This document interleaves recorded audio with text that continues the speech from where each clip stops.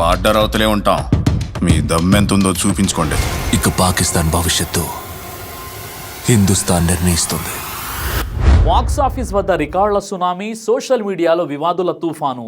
1200 కోట్లకు పైగా వసూలు చేసిన దురంధర్ కేవలం ఒక సినిమానా, లేక ఒక దేశపు నిశ్శబ్ద యుద్ధమా, నిజమైన గూఢాచారుల కథ, లేక ముస్లింలను లక్ష్యంగా చేసుకున్న కుట్రనా, దేశభక్తి ముసుగులో మత విద్వేషమా, లేక వాస్తవ సంఘటనల పేరుతో జరుగుతున్న రాజకీయ ప్రచారమా, సిక్కుల మనోభావాలు, ముస్లింల ఆవేదన, వీటన్నింటికీ కేంద్ర బిందువుగా మారిన దురంధర్ సినిమా సిరీస్ అసలు కథ ఏమిటి? ఇది నిఘా వర్గాల ఆపరేషనా, లేక భారతదేశాన్ని రెండుగా చీల్చే ప్రయత్నమా? నిజ జీవిత సంఘటనలు, రహస్య గూఢాచారి ఆపరేషన్లు మరియు తీరని వివాదాలు. భారతదేశ సామాజిక ముఖ చిత్రాన్ని మార్చేస్తున్న దురంధర్ సినిమాపై వస్తున్న ఆరోపణలు నిజమెంత? ముస్లిం వర్గాన్ని ఈ సినిమాలో ఎలా వాడుకున్నారు? అసలు ఈ కథ ఎక్కడ మొదలైంది? దురంధర్ 1 నుండి దురంధర్ 2 వరకు జరిగిన కంప్లీట్ మ్యాటర్ ఈ వీడియోలో చూడండి. భారతీయ చలనచిత్ర రంగంలో ఇప్పుడు ఎక్కడ చూసినా దురంధర్ సినిమా గురించే చర్చ జరుగుతోంది. కేవలం బాక్సాఫీస్ వసూళ్లు కాదు, ఈ సినిమా చుట్టూ వివాదాలు కూడా దేశవ్యాప్తంగా సంచలనం సృష్టిస్తున్నాయి. ముందుగా ఈ సినిమా కథ గురించి తెలుసుకుందాం. దురంధర్ ఒక స్పై థ్రిల్లర్ సిరీస్. దీనిని దర్శకుడు ఆదిత్యధార్ డైరెక్ట్ చేశాడు. దురంధర్ సినిమా మన దేశ గూఢాచారి సంస్థ అయినటువంటి రీసెర్చ్ అండ్ అనాలిసిస్ వింగ్ మరియు ఇంటెలిజెన్స్ బ్యూరో చేసిన కొన్ని రహస్య పనుల ఆపరేషన్ల ఆధారంగా తీశారు. ఈ సినిమా కథ కేవలం ఊహించి రాసిందే అని చిత్ర బృందం చెప్పినప్పటికీ ఇందులో నిజంగా జరిగిన సంఘటనలు మరియు అసలైన వ్యక్తుల పోలికలు మనకు స్పష్టంగా కనిపిస్తున్నాయి. దురంధర్ సినిమా మొదటి భాగం 2025 డిసెంబర్ 5న థియేటర్లలోకి వచ్చింది. ఈ కథ 1999లో జరిగిన ఇండియన్ ఎయిర్లైన్స్ విమానం హైజాక్ సంఘటనతో మొదలవుతుంది. ఆ సమయంలో ప్రయాణికుల ప్రాణాల కోసం భారత్ 3 ఉగ్రవాదులను విడుదల చేయాల్సి వచ్చింది. ఈ సంఘటన వల్ల మన దేశ నిఘా సంస్థ ఐబీ చీఫ్ అజయ్ సన్యాల్ చాలా కలత చెందారు. దీనికి కొనసాగింపుగా 2001లో పార్లమెంట్ మీద జరిగిన దాడి మరియు 2008లో ముంబైలో జరిగిన ఉగ్రదాడుల నేపథ్యాన్ని కూడా ఈ సినిమాలో చాలా స్పష్టంగా చూపించారు. ఈ చిత్రంలో రణ్వీర్ సింగ్ పంజాబ్కు చెందినటువంటి జస్కీరాజ్ సింగ్ అనే యువకుడిగా నటించాడు. అతని తండ్రి ఒక ఆర్మీ ఆఫీసర్, కానీ ఒక స్థానిక రాజకీయ నాయకుడి వల్ల అతను చంపబడతాడు. తన కుటుంబానికి జరిగిన అన్యాయానికి ప్రతీకారం తీర్చుకోవాలని చూస్తున్న జస్కీరాత్కు అజయ్ సన్యాల్ అంటే క్యారెక్టర్ మాధవన్ ఒక రహస్య మిషన్ కోసం ఎంపిక చేసుకుంటాడు. జస్కీరాత్ తన పేరును హంజా అలీ మజారిగా మార్చుకుని పాకిస్తాన్లోని కరాచీ నగరానికి గూఢాచారిగా వెళ్తాడు. అక్కడ ఒక జ్యూస్ షాప్ లో పనిచేస్తూ మెల్లగా రెహమాన్ డకైత్ అంటే క్యారెక్టర్ అక్షయ్ ఖన్నా అనే డాన్ గ్యాంగ్ లోకి ప్రవేశించి సమాచారాన్ని సేకరిస్తూ ఉంటాడు. ఇది పార్ట్ 1 స్టోరీ లైన్. అయితే మళ్ళీ మొన్న దురంధర్ 2 ది రివెంజ్ సినిమా 2026 మార్చి 19న థియేటర్లలో విడుదలైంది. ఈ సినిమాలో హంజా కరాచీలో తన స్థానాన్ని ఎలా బలపరుచుకున్నాడో మరియు మన దేశానికి వ్యతిరేకంగా కుట్రలు చేసే శత్రువులను ఎలా నిర్మూలించాడో చాలా ఉత్కంఠభరితంగా చూపించారు. ఇందులో 2014 తర్వాత భారతదేశంలో వచ్చిన రాజకీయ మార్పులను, అలాగే 2016లో జరిగిన నోట్ల రద్దు డిమానిటైజేషన్ సంఘటనను కథలో చాలా ముఖ్యమైన మలుపుగా ఉపయోగించారు. నోట్ల రద్దు వల్ల ఉగ్రవాదులకు అందే నకిలీ నోట్ల సరఫరా ఎలా ఆగిపోయిందో ఆపరేషన్ గ్రీన్ లీవ్ అనే పేరుతో ఆదిత్యధార్ సినిమాలో చూపించాడు. ఈ చిత్రం ప్రపంచవ్యాప్తంగా 1200 కోట్లకు పైగా వసూలను సాధించి సరికొత్త రికార్డులను సృష్టించింది. దురంధర్ 2 సినిమా విడుదలైన తర్వాత సిక్కు మరియు ముస్లిం వర్గాల నుండి పెద్ద ఎత్తున నిరసనలు మొదలయ్యాయి. ఈ సినిమాలో ఆర్ మాధవన్ పాత్ర సిగరెట్ తాగుతూ శ్లోకాలు గురుబాని చదవడాన్ని సిక్కు సమాజం తీవ్రంగా తప్పుపట్టింది. సినిమాలో ఆర్ మాధవన్ అజయ్ సన్యాల్ పాత్ర ఒక హోటల్ గదిలో సిగరెట్ తాగుతూ గురు గోవింద్ సింగ్ రచించినటువంటి దశం గ్రంథ్లోని గురుబాని శ్లోకాలను పఠిస్తుంది. సిక్కు మత విశ్వాసాల ప్రకారం పొగాకు వాడడం అనేది ఒక పెద్ద పాపంగా భావిస్తారు. అటువంటిది శ్లోకాలు చదువుతూ సిగరెట్ తాగడం ఆ మతాన్ని అవమానించడమేనని, వాటిని సిగరెట్ పొగతో అశుద్ధం చేయడం ఏమాత్రం సహించబోమని సిక్కు సంఘాలు వాదించాయి. దీనివల్ల ముంబైలోని ములుండు పోలీస్ స్టేషన్లో దర్శకుడు ఆదిత్యధార్, నటులు రణ్వీర్ సింగ్ మరియు మాధవన్లపై ఎఫ్ఐఆర్ కూడా నమోదైంది.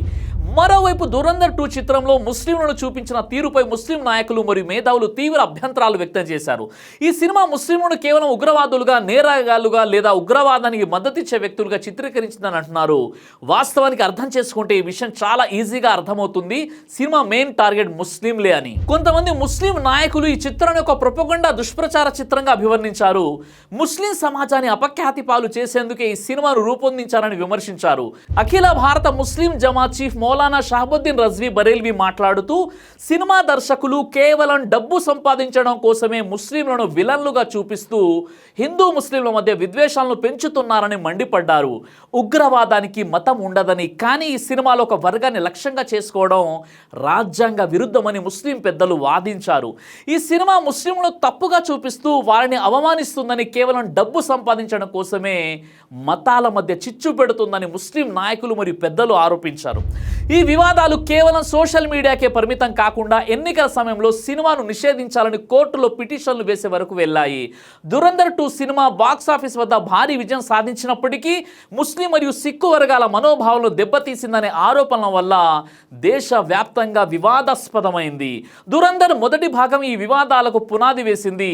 ఇందులో రణవీర్ సింగ్ పాత్ర జస్కీరాజ్ సింగ్ తన తండ్రి మరణానికి పగ తీర్చుకోవడానికి గూఢాచారిగా మారి పాకిస్తాన్లోని కరాచీలో హంజా అలీ మజారి అనే ముస్లిం పేరుతో అండర్ కవర్ ఆపరేషన్ చేస్తాడు. మొదటి భాగంలో ముస్లిం డాన్ రెహమాన్ డకైత్ అక్షయ్ ఖన్నా పాత్రను స్టైలిష్ గా చూపించినప్పటికీ అతను ఉగ్రవాదులకు సహకరించే వ్యక్తిగా చిత్రీకరించబడ్డాడు. అలాగే ఐఎస్ఐ అధికారి మేజర్ ఇక్బాల్ క్యారెక్టర్ అర్జున్ రాంపాల్ పాత్ర ముస్లింలను క్రూరమైన హింసకు పాల్పడేవారుగా చూపిస్తుందని విమర్శలు వచ్చాయి. ఇప్పుడు దురంధర్ 2 సినిమా భారతీయ సమాజంలో మతపరమైన మరియు రాజకీయపరమైన చీలికకు కారణమైందని విశ్లేషకులు భావిస్తున్నారు. ఈ సినిమాలో 2016 నాటి నోట్ల రద్దును ఆపరేషన్ గ్రీన్ లీవ్ అని చూపిస్తూ అది ఉగ్రవాదాన్ని అణిచివేసిన గొప్ప నిర్ణయంగా ప్రచారం చేశారని విమర్శలు వచ్చాయి. ఇది ప్రస్తుత ప్రభుత్వానికి అనుకూలంగా ప్రజల ఆలోచనలను మార్చే ప్రయత్నమని కొందరు అభిప్రాయపడ్డారు. ఈ సినిమా విడుదలైన తర్వాత సోషల్ మీడియాలో మతపరమైన చర్చలు పెరిగాయి. ముస్లిం పాత్రలను అవమానించేలా కామెంట్ చేయడం, సినిమాను సమర్థించేవారు మరియు వ్యతిరేకించే వారి మధ్య మాటల యుద్ధం జరగడం వంటివి దేశంలోని మత సామరస్యంపై ప్రతికూల ప్రభావం చూపుతున్నాయని సామాజిక కార్యకర్తలు ఆందోళన చెందుతున్నారు. ఈ సినిమాలో ముస్లిం పాత్రలు ఎక్కువగా చట్టవిరుద్ధమైన కార్యకలాపాల్లో పాల్గొనేవిగా ఉన్నాయి.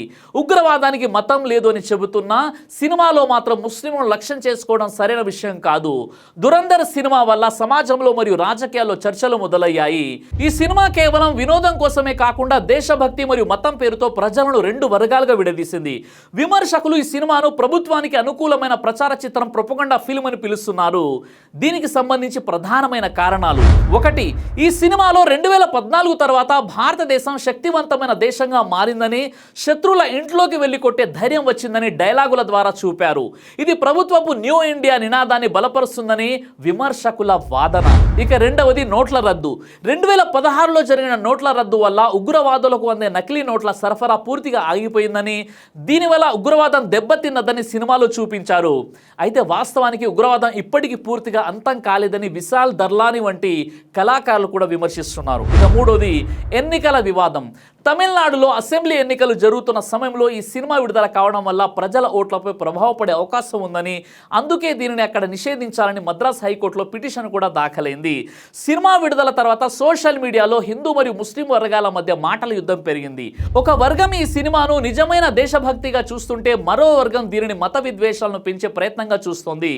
థియేటర్లలో జై శ్రీరామ్ నినాదాలు చేయడం, ముస్లిం పాత్రలను అవమానించేలా కామెంట్ చేయడం వంటివి జరిగాయని నివేదికలు చెప్తున్నాయి. దురంధర్ 2 సినిమా ఒక కమర్షియల్ సక్సెస్ అయినప్పటికీ అది సామాజిక బాధ్యతను ఎంతవరకు నెరవేర్చింది అనేది ప్రశ్నార్థకం. దర్శకుడు ఆదిత్య ధార్ తనదైన శైలిలో దేశభక్తిని మరియు యాక్షన్ను చూపించాడు, కానీ మతపరమైన అంశాలను మరియు పవిత్ర గ్రంథాలను వాడేటప్పుడు తీసుకోవాల్సినటువంటి కనీస జాగ్రత్తలను కూడా చిత్ర బృందం విస్మరించినట్లు కనిపిస్తుంది. ఈ సినిమాలోని పాత్రలు మరియు కథనం ప్రస్తుత రాజకీయ వాతావరణానికి అనుగుణంగా ఉన్నాయని చెప్పవచ్చు. ప్రధాని మోదీని ఒక బలమైన నాయకుడిగా చూపించడం ద్వారా మెజారిటీ ప్రేక్షకుల మద్దతును ఈ సినిమా పొందగలిగింది. అయితే అదే సమయంలో మైనారిటీ వర్గాల పట్ల చూపిస్తున్న వివక్ష లేదా వారిని తప్పుగా చిత్రించడం సమాజంలో చీలిక తెచ్చే ప్రమాదం ఉందని సామాజిక కార్యకర్తలు హెచ్చరిస్తున్నారు. సినిమాలు సమాజానికి అద్దం పట్టాలి, కానీ అదే సమయంలో అవి సమాజంలో చిచ్చు పెట్టేలా ఉండకూడదు. దురంధర్ చిత్ర సిరీస్ సాధించిన ఆర్థిక విజయం బాలీవుడ్కు కొత్త ఉత్సాహాన్ని ఇచ్చినప్పటికీ మతపరమైన సున్నితత్వం విషయంలో చిత్రకారులు మరింత బాధ్యతాయుతంగా వ్యవహరించాల్సిన అవసరం ఎంతైనా ఉందని ఈ వివాదాలు స్పష్టం చేస్తున్నాయి. రాబోయే కాలంలో భారతీయ చలనచిత్ర పరిశ్రమ ఈ అనుభవాల నుండి పాఠాలు నేర్చుకుని అన్ని వర్గాలను గౌరవిస్తుందని ఆశిద్దాం. జై హింద్. దైవ ప్రవక్త ముహమ్మద్ సల్లల్లాహు అలైహి వసల్లం వారు తెలియజేశారు, కడుపుకు సంబంధించినటువంటి అన్ని రకాల వ్యాధులకు అద్భుతమైనటువంటి ఔషధం తల్బీనా. ఇది దైవ ప్రవక్త వారి సున్నత్, మంచి ఆహారం, ఇమ్యూనిటీ బూస్టర్, ఇందులో షిఫా ఉంది. ఇది మంచి ఔషధంగా కూడా పనిచేస్తుంది కాబట్టి పిల్లలు అయినా పెద్దలు అయినా ఎవరైనా దీనిని ఉపయోగించవచ్చు. అలాగే ఖురాన్లో దైవం తెలియజేశాడు, తేనెలో మీకు స్వస్థత ఉంది అని. కాబట్టి స్వచ్ఛమైనటువంటి ఫారెస్ట్ హనీ కోసం మీరు సంప్రదించండి. అలాగే పురుషుల కోసం ప్రత్యేకంగా తయారు చేయబడినటువంటి షాహీ హల్వా, ఇది లైంగిక సమస్యలను దూరం చేసి శృంగార సామర్థ్యాన్ని పెంచుతుంది, మీ దాంపత్య జీవితంలో మంచి అనుభూతినిస్తుంది. ఇందులో ఎలాంటి సైడ్ ఎఫెక్ట్స్ లేవు. ఇది కంప్లీట్గా హెర్బల్ ప్రొడక్ట్స్తో తయారు చేయబడినటువంటిది. కాబట్టి స్క్రీన్పై కనిపిస్తున్నటువంటి ఈ నెంబర్స్కి కాల్ చేసి మీరు ఇప్పుడే ఈ ప్రొడక్ట్స్ని ఆర్డర్ చేసుకోవచ్చు. కొరియర్ ఫెసిలిటీ కూడా ఉంది. ఆలస్యం ఎందుకు, వెంటనే ఆర్డర్ చేయండి.